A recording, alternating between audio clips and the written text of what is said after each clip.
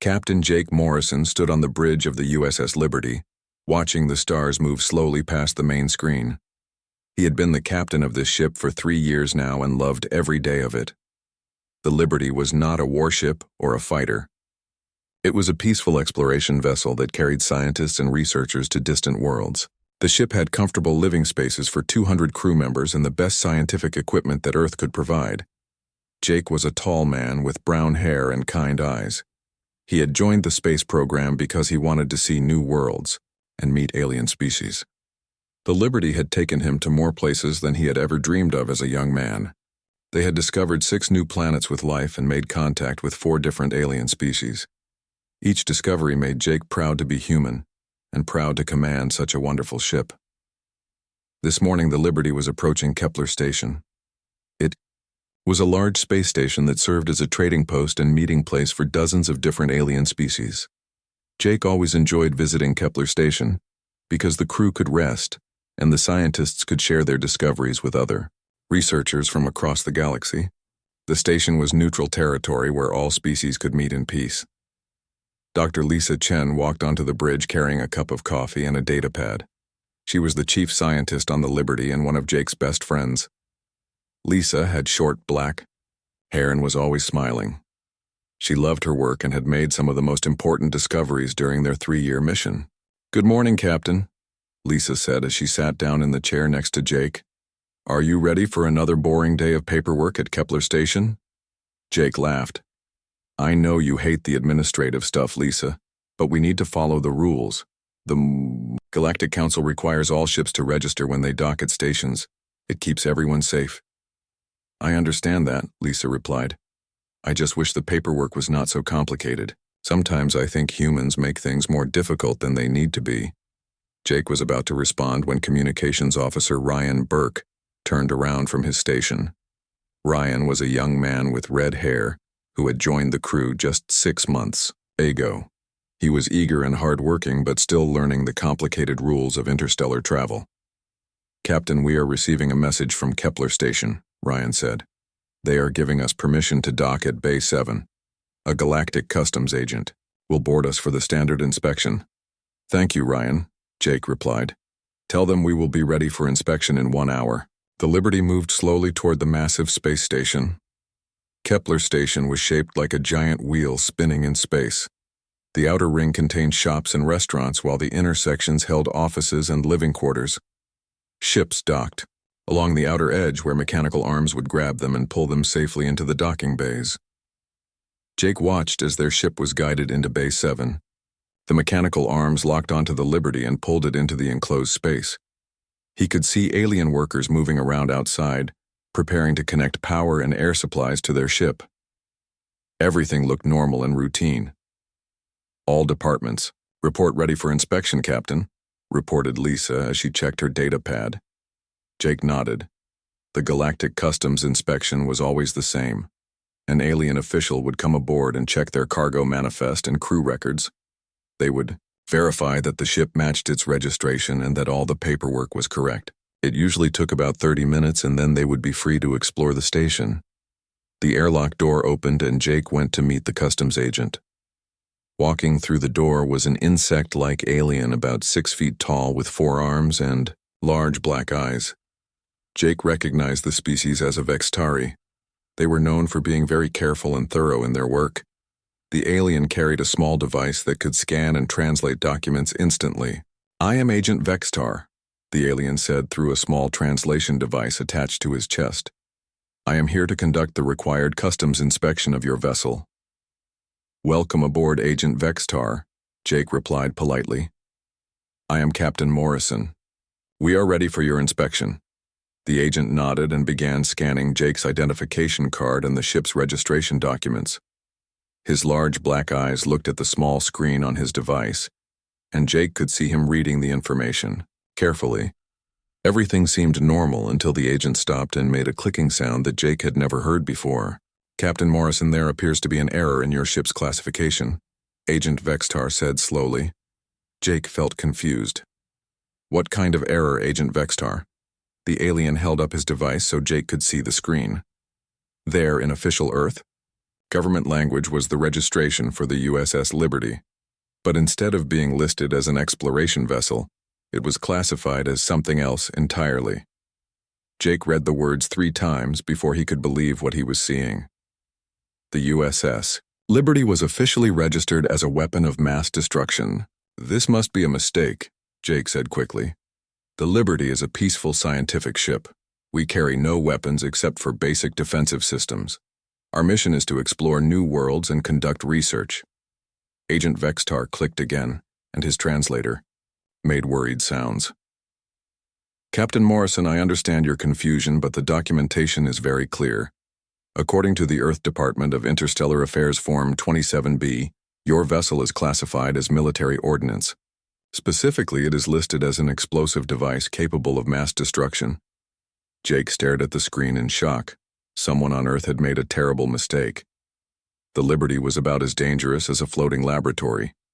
Their strongest weapon was a small laser used for cutting rock samples, but according to the official paperwork, they were carrying a weapon that could destroy entire planets. Agent Vextar, surely you can see that this is just a paperwork error, Jake said desperately. Look around the ship. We have scientific equipment, not weapons. Our crew are researchers, not soldiers.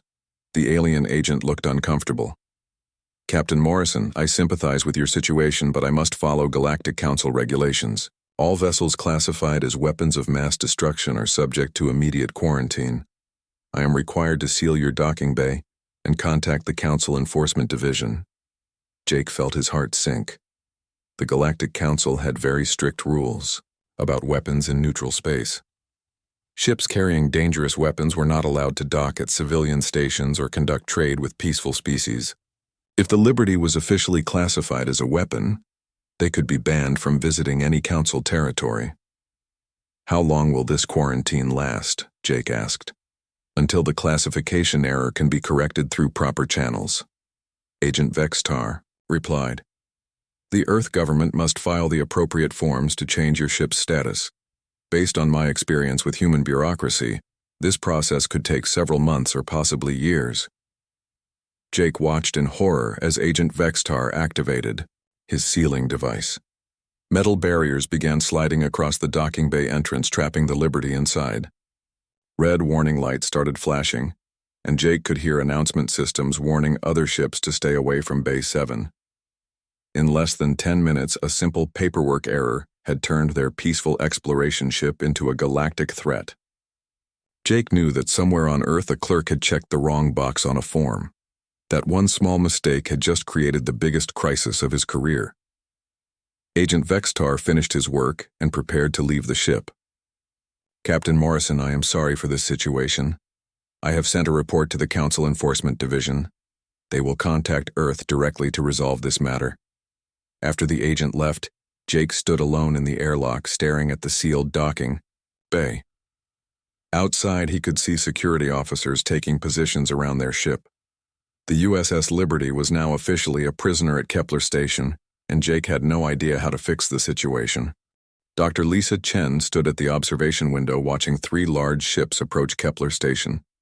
They were not the usual trading vessels or passenger transports that normally visited the station. These were Galactic Council enforcement cruisers, and they were heading straight for Docking Bay 7 where the Liberty was trapped.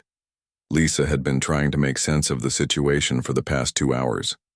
She had reviewed every document about their ship and could not understand how anyone could mistake the Liberty for a weapon. Their cargo holds contained scientific equipment, rock samples, and botanical specimens. Their computer banks held star charts and research data. The only dangerous thing on the entire ship was the antimatter fuel that powered their engines, and every starship in the galaxy used antimatter. This is completely insane, she muttered to herself as she watched the enforcement ships take positions around the station. Communications Officer Ryan Burke rushed up to her looking worried and confused. Dr. Chen, the captain, wants to see you in the main conference room right away. Something big is happening and he needs all senior staff there immediately. Lisa followed Ryan through the corridors of the ship. She could see crew members talking in small groups and everyone looked concerned. Word about their situation had spread quickly through the ship and people were starting to worry about what might happen next. The Liberty had always been a happy ship where people enjoyed their work, but now there was tension in the air. When Lisa entered the conference room, she found Captain Morrison standing at the head of the table looking grim. Around the table sat the other senior officers, including Chief Engineer Paula Martinez and Dr. Kevin Walsh, the ship's xenobiologist. Paula was a short woman with dark hair who could fix anything mechanical. Kevin was tall and thin with a beard and had spent years studying alien life forms. "Thank you all for coming," Captain Morrison said as Lisa took her seat. "I am afraid our situation has become much more serious. Ryan, please tell everyone what you just received." Ryan stood up and activated the wall display. 10 minutes ago, I received an official communication from the Galactic Council Enforcement Division. They are demanding that we surrender the Liberty for immediate inspection and disarmament. Kevin looked shocked. Disarmament of what exactly? "We do not have any weapons to disarm." "That is not how they see it," Captain Morrison replied. "According to their message, the Liberty is classified as a weapon of mass destruction by Earth authorities. The Council considers this an official declaration that we are carrying dangerous military equipment." Paula shook her head in disbelief. "Captain, this is obviously just a paperwork mistake. Surely we can explain the situation and they will understand." "I thought so too," Morrison said, "but I contacted Earth an hour ago and the situation is more complicated than we realized. The Department of Interstellar Affairs confirmed that our ship was recently reclassified. According to their records, it was done as part of a routine update when we installed new scientific equipment 6 months ago." Lisa remembered the equipment upgrade. They had installed a new geological survey laser system and upgraded their antimatter containment unit. Both were standard scientific tools, but she was starting to see how someone might misunderstand their purpose. "The geological laser is designed to take core samples from asteroids and planets," she explained to the group. "It can cut through solid rock, but it is not a weapon. And the antimatter containment system just holds our fuel more efficiently. Try explaining that to aliens who see a ship with high-energy beam weapons and antimatter storage that Earth officially calls a weapon of mass destruction," Morrison replied sadly. Dr. Walsh leaned forward in his chair. "Captain, what exactly are they demanding we do?" Morrison activated another display showing the official council communication. "They want us to power down all systems except life support. Then they want to board the ship and remove any equipment they consider dangerous. After that, they will escort us to a council facility where we will remain until Earth provides proof that we are not a threat." The room fell silent as everyone absorbed this information. Lisa realized that if the council removed their scientific equipment, the Liberty would be useless as an exploration vessel. Years of research data might be confiscated, and their mission would be over.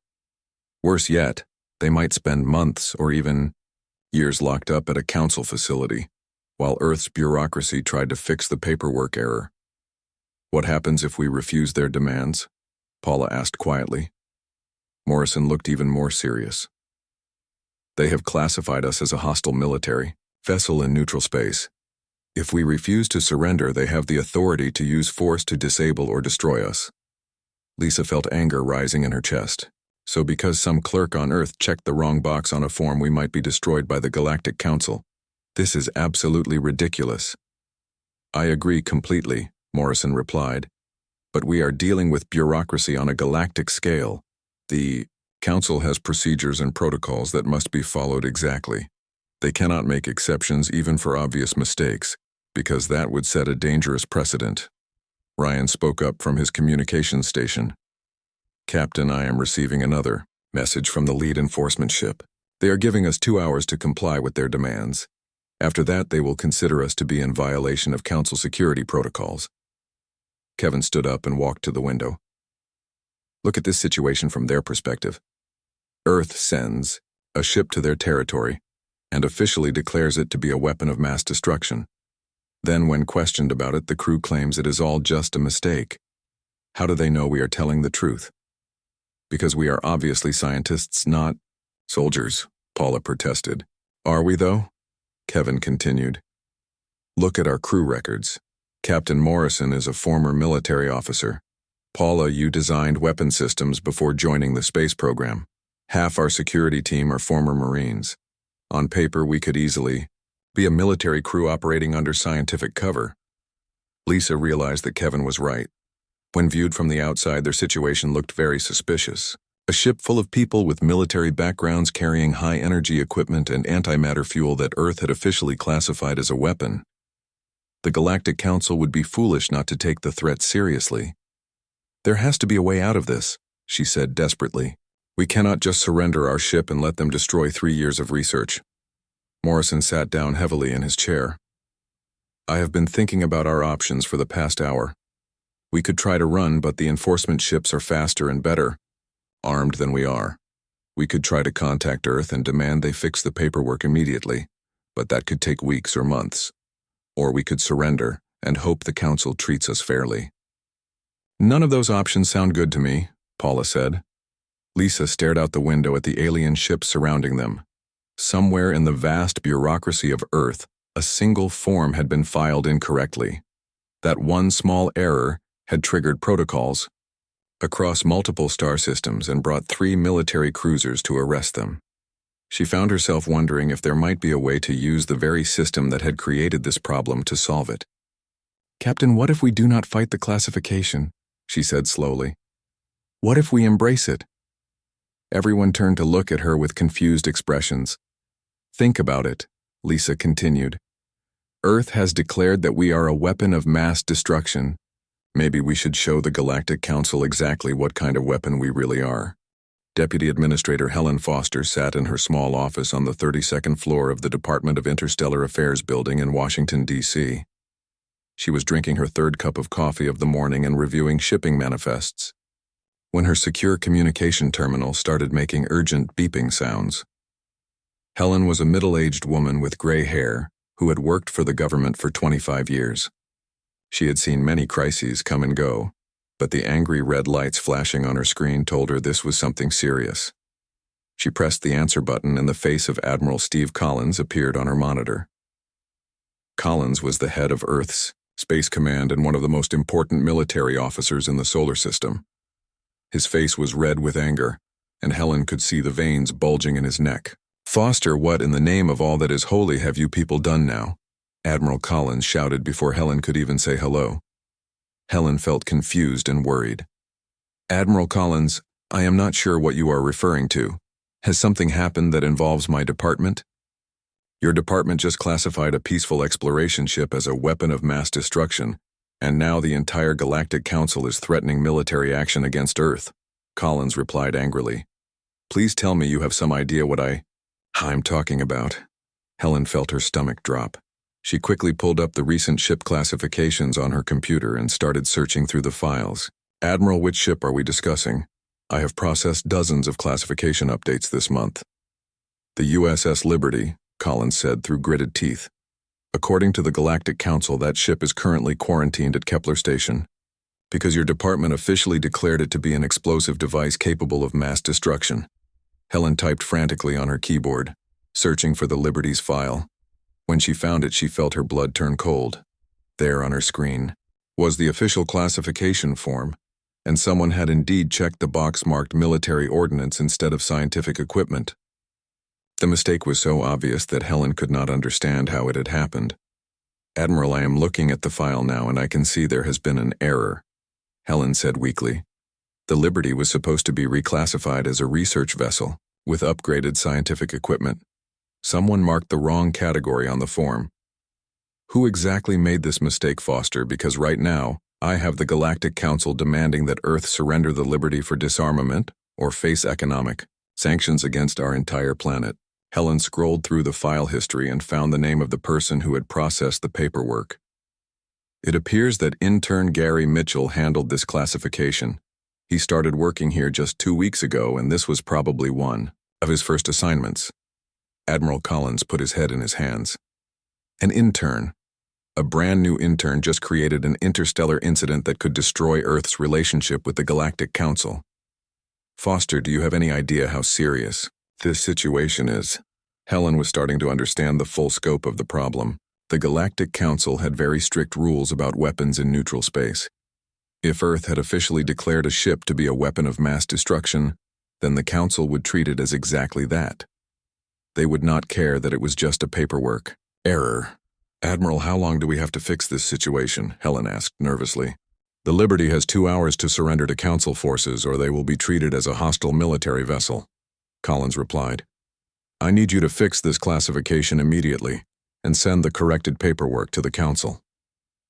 Helen started typing commands to change the Liberty's classification back to its proper category. But when she tried to submit the change, the computer system rejected her request. A message appeared on her screen explaining that classification changes required approval from multiple departments and could take several weeks to process. "Admiral, we have a problem," Helen said slowly. "The system will not let me change the classification without going through the full approval process. According to the regulations, I need sign-offs from the Safety Review Board, the Environmental Impact Committee, and the Interstellar Relations Office." "How long does that process normally take?" Collins asked impatiently. Helen checked the bureaucratic procedures manual. "If everything goes smoothly, it takes a minimum of 6 weeks, but if any of the committees have questions or concerns, it could take several months." Admiral Collins stared at her through the screen in complete disbelief. "You are telling me that because an intern made a mistake 2 weeks ago, we cannot fix it for at least 6 weeks? Meanwhile, a peaceful science ship might be destroyed by alien forces because our own bureaucracy is too slow to correct its errors." "I am afraid that is exactly what I am telling you, Admiral," Helen replied sadly. "The rules are very clear about the classification change process. There are no exceptions even for emergencies." Collins began pacing around his office. "This is insane, Foster. We created a system so complicated that we cannot fix our own mistakes quickly enough to prevent a war." Helen had been thinking the same thing. The Department of Interstellar Affairs had grown over the years into a massive bureaucracy, with dozens of subdepartments and hundreds of regulations. Every decision required multiple approvals, and every form had to be reviewed by several committees. The system was designed to prevent errors, but it had become so complex that fixing errors was almost impossible. "Admiral, what if we contact the Galactic Council directly and explain the situation?" Helen suggested. "Surely they will understand that this was just a mistake." "I already tried that," Collins replied. "The Council says they cannot ignore official Earth documentation, even if we claim it is wrong. From their perspective, Earth has declared a ship to be a weapon, and then when questioned about it, Earth claims it was all a mistake. They think we might be lying to cover up a secret military operation." Helen realized that the situation was even worse than she had thought. Not only had the paperwork error created a crisis, but Earth's attempts to explain the error made them look dishonest. The Galactic Council probably thought that humans were trying to sneak weapons into neutral space and then claim innocence when caught. Meanwhile, at Kepler Station, Captain Morrison was dealing with the consequences of Helen's department's mistake. He had just received another message from the Galactic Council, giving him one final chance to surrender his ship. Morrison looked around the conference room at his crew and realized that they were all victims of a bureaucratic system that had gotten completely out of control. Lisa Chen was studying the classification forms that had caused their problem. "Captain, I think I understand what happened here. When we upgraded our scientific equipment 6 months ago, the paperwork went to Earth's Department of Interstellar Affairs. Some new intern who did not understand the difference between scientific equipment and military weapons marked us as dangerous. One person made one mistake on one form, and now we might be destroyed by alien forces," Chief Engineer Paula Martinez said bitterly. "This has to be the most ridiculous situation in the history of space exploration." Dr. Kevin Walsh was reading through the Council's demands on his tablet. "Actually, I think Lisa was right earlier when she suggested we embrace the classification. What if we show the Council exactly what kind of weapon Earth's bureaucracy really is?" Captain Morrison looked at his crew with growing hope. "What exactly do you have in mind, Dr. Walsh?" "Think about it, Captain," Walsh continued. "A single form filed incorrectly by one person has mobilized 3 military cruisers, triggered emergency protocols across 6 star systems, and brought interstellar commerce to a halt in this sector. If that is not a weapon of mass destruction, then what is?" Lisa smiled for the first time since the crisis began. "The Galactic Council wants to see Earth's most dangerous weapon. I think we should give them exactly what they asked for. Chief Engineer Paula Martinez stood at the main computer terminal in the Liberty's data center, surrounded by stacks of documents and files. She had been working for 3 hours gathering every piece of bureaucratic paperwork she could find in the ship's databases.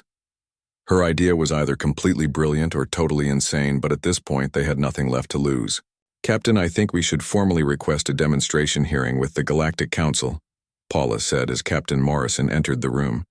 "Instead of trying to prove we are not a weapon, we should show them exactly what kind of weapon we really are." Morrison looked at the mountains of paperwork covering every surface in the room. "Paula, what exactly are you proposing we do?" "We give them a full presentation about Earth's most devastating weapon system," Paula replied with a grin. "Our bureaucracy." Dr. Lisa Chen walked into the room carrying another stack of forms she had printed from the ship's archives.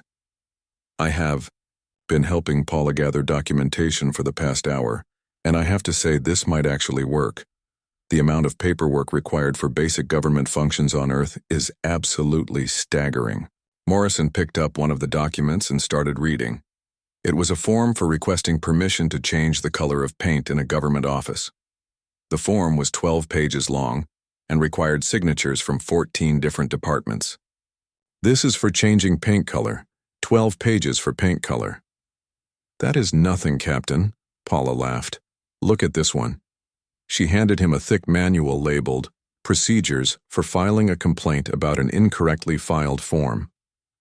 Morrison flipped through the pages and counted over 200 steps that had to be completed in exact order. Each step required different forms and approvals from different offices. Dr. Kevin Walsh entered the room looking excited. "I just finished reviewing the Council's rules about weapon demonstrations. Any species that claims to possess a weapon of mass destruction has the right to formally demonstrate its capabilities to prove the classification is accurate." "Are you suggesting we actually demonstrate our bureaucracy to alien officials?" Morrison asked. "That is exactly what I am suggesting," Walsh replied. "We request a formal hearing and show them step by step how Earth's administrative system works. By the time we are finished, they will understand why our ship got classified as a weapon." Lisa was already organizing the documents into categories. "We can start with something simple like the process for ordering office supplies and work our way up to more complex procedures like changing a ship's classification." Communications Officer Ryan Burke rushed into the room looking panicked. "Captain, the Council enforcement ships are hailing us again. They want our final answer about surrendering the ship." Morrison looked around the room at his crew. They were all looking at him with hope in their eyes. The bureaucratic demonstration was their only chance to avoid surrendering the ship or being destroyed by Council forces. "Ryan, send a message to the lead Council ship," Morrison said firmly. "Tell them that we formally request a demonstration hearing under Article 15 of the Galactic Weapons Control Treaty. We want to prove to the Council that our classification as a weapon of mass destruction is completely accurate." Ryan looked confused but followed his orders. Within minutes he received a reply from the Council ship. "Captain, they have agreed to the demonstration hearing. They are setting up a holographic conference room that will include representatives from 12 different Council species." Paula clapped her hands together excitedly. "Perfect. That gives us about 2 hours to prepare the most devastating weapon demonstration in galactic history." The crew spent the next 2 hours organizing their presentation. They gathered forms and procedures from every department of Earth's government. Lisa found the regulations for environmental impact studies that were required before changing a light bulb in a government building. Paula discovered the approval process for purchasing a new stapler, which involved 6 different committees and took an average of 4 months to complete. Dr. Walsh contributed the procedures for scientific research, which required permits from dozens of agencies before any work could begin.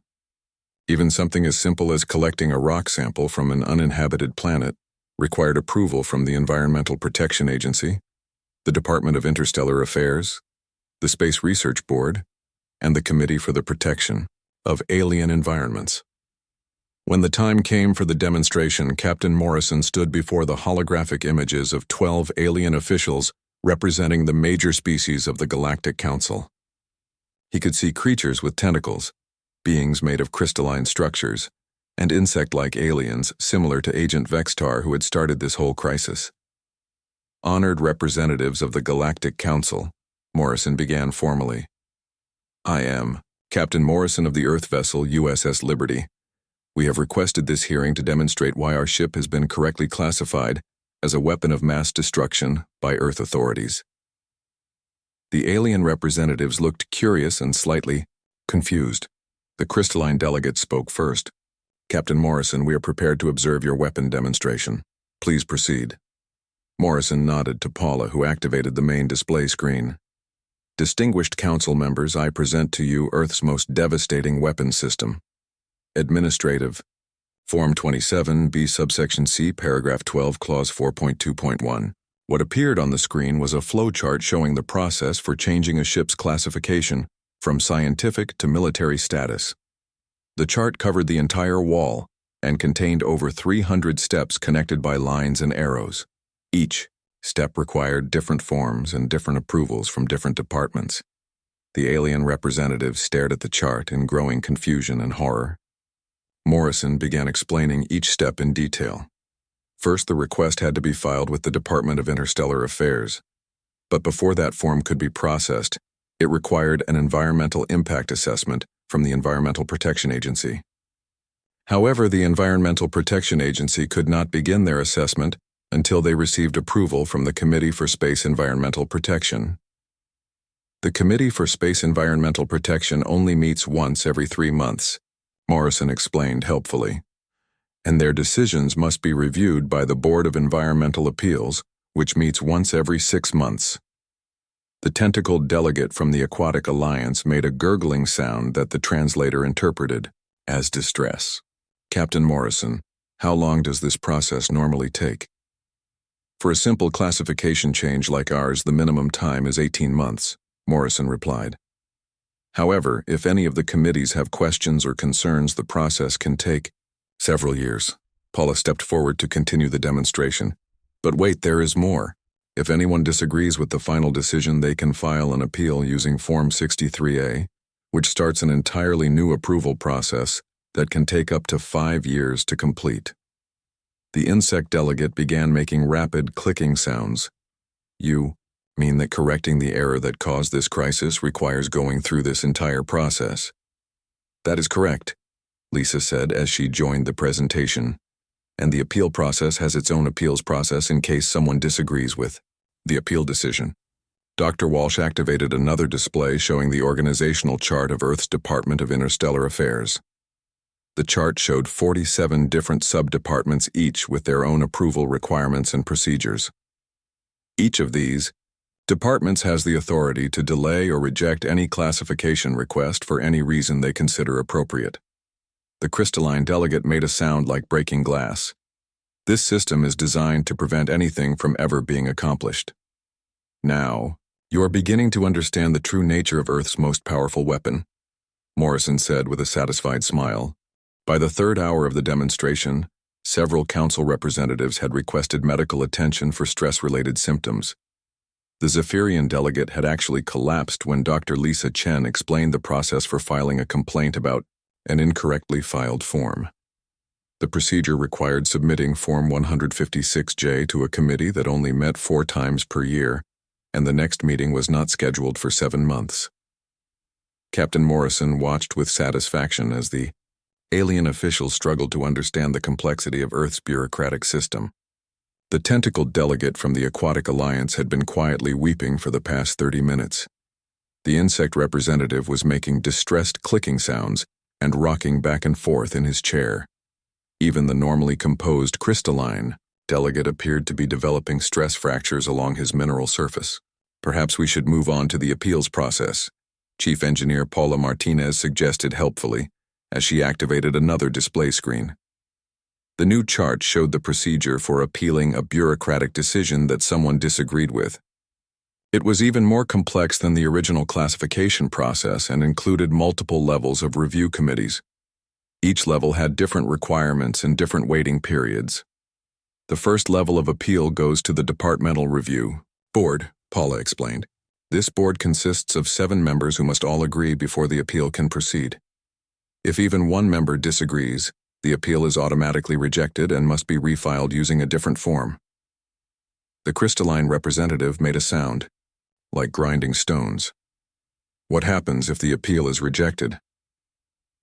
The applicant can file a second-level appeal to the Interdepartmental Appeals Committee, Dr. Kevin Walsh replied as he joined the presentation. However, this committee only reviews appeals that have been rejected at least 3 times by the first-level board. The Zephyrian delegate who had just recovered from his earlier collapse immediately fainted again. Medical officers from his ship had to be called to revive him with emergency treatment. Morrison decided to demonstrate an even more devastating aspect of Earth's bureaucratic weapon. Distinguished council members, we have shown you the standard procedures for government administration. Now let me show you what happens when someone tries to speed up the process. Paula activated a new display showing the emergency classification, change protocol. The chart was 3 times larger than the previous ones and included dozens of additional steps and requirements. If someone requests emergency processing of their paperwork, they must first prove that a genuine emergency exists, Morrison explained. This requires filling out Form 212C, which asks for detailed documentation of the emergency situation. That sounds reasonable, the insect delegate said hopefully.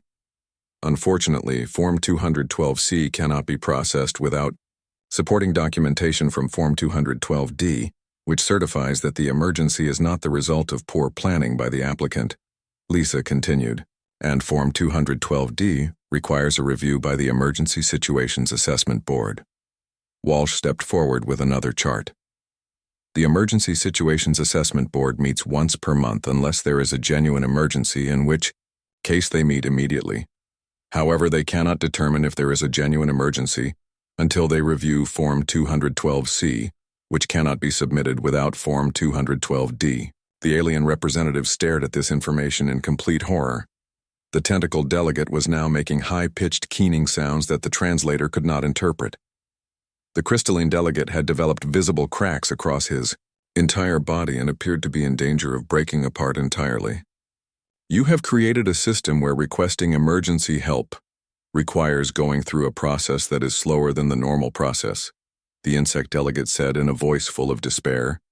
Now you understand why Earth's bureaucratic system is classified as a weapon of mass destruction, Morrison replied with grim satisfaction. Paula decided to deliver the final devastating blow. Would you like to see the process for correcting errors in the emergency classification system? No, came the unanimous and desperate cry from all the alien representatives. Admiral Kretar of the Galactic Enforcement Division, who had been silent throughout most of the demonstration, finally spoke up. Captain Morrison, in my 4 centuries of military service, I have seen weapons that could destroy planets and devices that could eliminate entire star systems. But I have never encountered anything as thoroughly destructive to the will to live as what you have just shown us. Morrison nodded seriously. Admiral, our bureaucratic system has broken the spirits of more humans than any war or natural disaster in our history. It is capable of reducing the most determined person to a weeping shell of their former self within hours. The council representatives were all showing signs of severe psychological trauma. Several were receiving medical treatment and others appeared to be having nervous breakdowns. Dr. Walsh decided it was time to make their final point. Distinguished council members, you now understand why the USS Liberty was correctly classified as a weapon of mass destruction, Walsh said. Our ship carries the complete database of Earth's administrative procedures. We have forms and regulations that could psychologically devastate entire civilizations. The crystalline delegate, who was barely holding himself together, spoke in a cracked voice. Captain Morrison, what do you want from the council? Morrison looked around at his crew and smiled. We simply want recognition that our ship's classification is accurate. Earth has officially declared us to be a weapon of mass destruction, and we have proven that this classification is completely correct. Within minutes, the council passed an emergency resolution. Earth's bureaucratic system was officially classified as a weapon of mass psychological destruction and was to be contained for the safety of all sentient life in the galaxy. The USS Liberty was immediately reclassified as a harmless scientific vessel to distinguish it from the true threat represented by Earth's administrative procedures. The Council also passed a recommendation that all Earth government officials be banned from visiting Council space until they could prove their bureaucratic system had been reformed. Several species requested that Earth be quarantined entirely to prevent the spread of administrative procedures to other civilizations. Agent Vextar, who had started the whole crisis by discovering the classification error, was given a medal for preventing Earth's bureaucratic weapon from infiltrating the galactic community. He was also granted 6 months of paid medical leave to recover from his exposure to human paperwork. As the USS Liberty departed Kepler Station, Captain Morrison sat in his command chair feeling proud of his crew's accomplishment. They had achieved something unprecedented in galactic history. They had won a diplomatic victory through the sheer power of bureaucratic incompetence. Dr. Chen approached Morrison with a datapad and a worried expression. "Captain, I hate to break the mood, but I just received a message from Earth. Apparently, our victory here requires filing an after-action report in triplicate, with supporting documentation from every department that was involved in the incident." Morrison felt his smile fade as he looked at the requirements list. "How many forms are we talking about, Lisa?" "According to this message, we need to file approximately 437 different reports, not counting the supplemental incident documentation that will be required by the Safety Review Board." Morrison looked out at the stars through the main view screen. Space was vast and full of wonders waiting to be discovered. There were new worlds to explore and alien civilizations to meet. But first, they had to complete their paperwork. Chief Engineer Martinez joined them, carrying her own stack of forms. "Captain, it gets worse. Each report has to be approved by a different committee, and some of those committees require additional forms before they can begin their review process." Dr. Walsh appeared with another pile of documents. "I just calculated the total time required to complete all the necessary paperwork. If everything goes perfectly, and no committees ask for additional information, we should be finished in approximately 18 months. Morrison closed his eyes and rubbed his temples. They had just proven to the galaxy that Earth's bureaucracy was the most devastating weapon ever created. Unfortunately, they were also victims of their own weapon, and there was no escape from its power. "All right, people," Morrison said with resignation. "Let's get started on those forms. We have a galaxy to explore and only 18 months of paperwork standing in our way." Outside the viewport, the stars beckoned with infinite possibilities, but inside the ship, the crew of the Liberty settled down to do what humans did best. They began filling out forms in triplicate and wondering why everything had to be so complicated.